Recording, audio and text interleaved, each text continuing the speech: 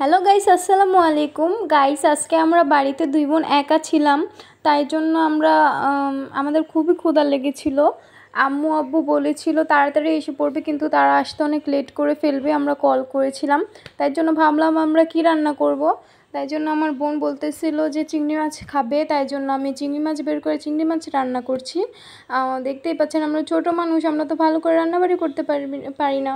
তাই জন্য এখন আমি চিংড়ি মাছগুলোকে ভেজে নিচ্ছি।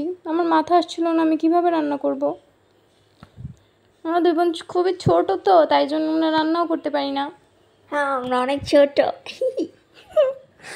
এখন আমরা দেখতেই পাচ্ছেন চিংড়ি মাছগুলোকে নাড়াচাড়া করে নিচ্ছি। তারপর এখানে কিছু পেঁয়াজ দিয়ে নিলাম, দেখেন কি সুন্দর। তারপর মরিচ দিছি। পেঁয়াজ মরিচগুলোকে আমরা ভেজে নিব এখন। আপনারা কিন্তু আমাকে চ্যানেলটারে সাবস্ক্রাইব করে দিবেন, আমরা কিন্তু অনেক ছোট। চিংড়ি মাছগুলি কিন্তু অনেক বেশি মজা হয়েছিল। আমরা ছোটো মানুষ রান্না করছি তো, তাই জন্য অনেক বেশি মজা হয়েছে। এখন আমরা একটু আদা রসুন বাটা দিয়ে দিতেছি এর মধ্যে। তারপর একটু লবণ দিয়ে দিতেছি 1 চামচের মতো। এখন আমরা লাড়াচাড়া করে নিব।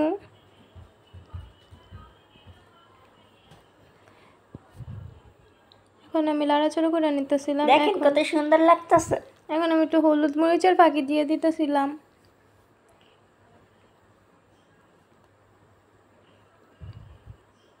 এখন আমি একটু পানি অ্যাড করব।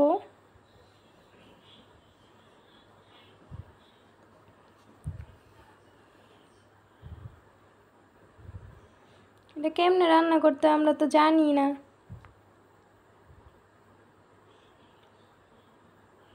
দেখেন কত সুন্দর হয়ে গেছে, এটা লাল হয়ে গেছে, দেখছেন তো অনেক মজা হয়েছিল।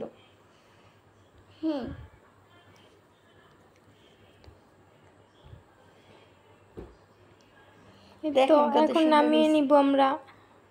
রান্না শেষ। এভাবে কিন্তু অনেক বেশি মজা হয়, আপনারা এভাবে ট্রাই করতে পারেন বাসায় একা একা থাকলে। এখন আমি এখানে শাক রান্না করছিলাম। আম্মু বলতেছিল একটু শাকও রান্না করিস। আম্মু ফ্রিজে রেখে গিয়েছিল শাক, তাই জন্য আমি শাক রান্না করছি। এখন আমি একটা প্যানের মধ্যে আমি এখানে শাকগুলোকে সিদ্ধ করে নিব। আমি চেপে চেপে দিয়ে দিচ্ছিলাম। আমরা কিন্তু শাক খাই না, আমরা আম্মু আব্বুর লেগে এটা রান্নাছিলাম। দেখছেন আমরা কত কাজ করি। আমরা অনেক ভালো মেয়ে।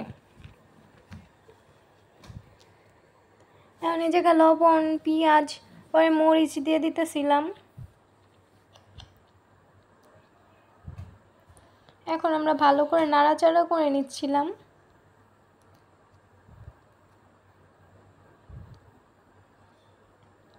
আম্মু আব্বু শাকটা খায়া বলছে অনেক বেশি নাকি মজা হয়েছে।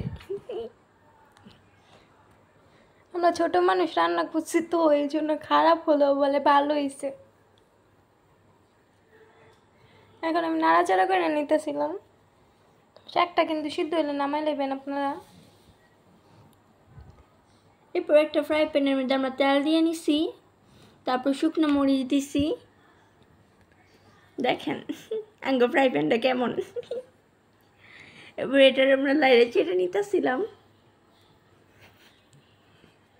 এরপর এখানে পেঁয়াজ দিয়ে নিছি, পেঁয়াজ কুচি। দেখেন এখন এটা একটু লাইরে চেটে নিতেছে।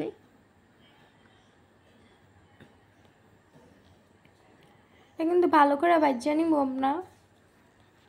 তারপরে দেখেন এটা কি দিছে, একটা বোম্বাই মরিচ। বোম্বাই মরিচটা কিন্তু আমাদের গাছের। আমি অনেক বেশি পছন্দ করে লেখা দিছি। এখন আমরা শাকটা দিয়ে নাড়াচাড়া করে নিব।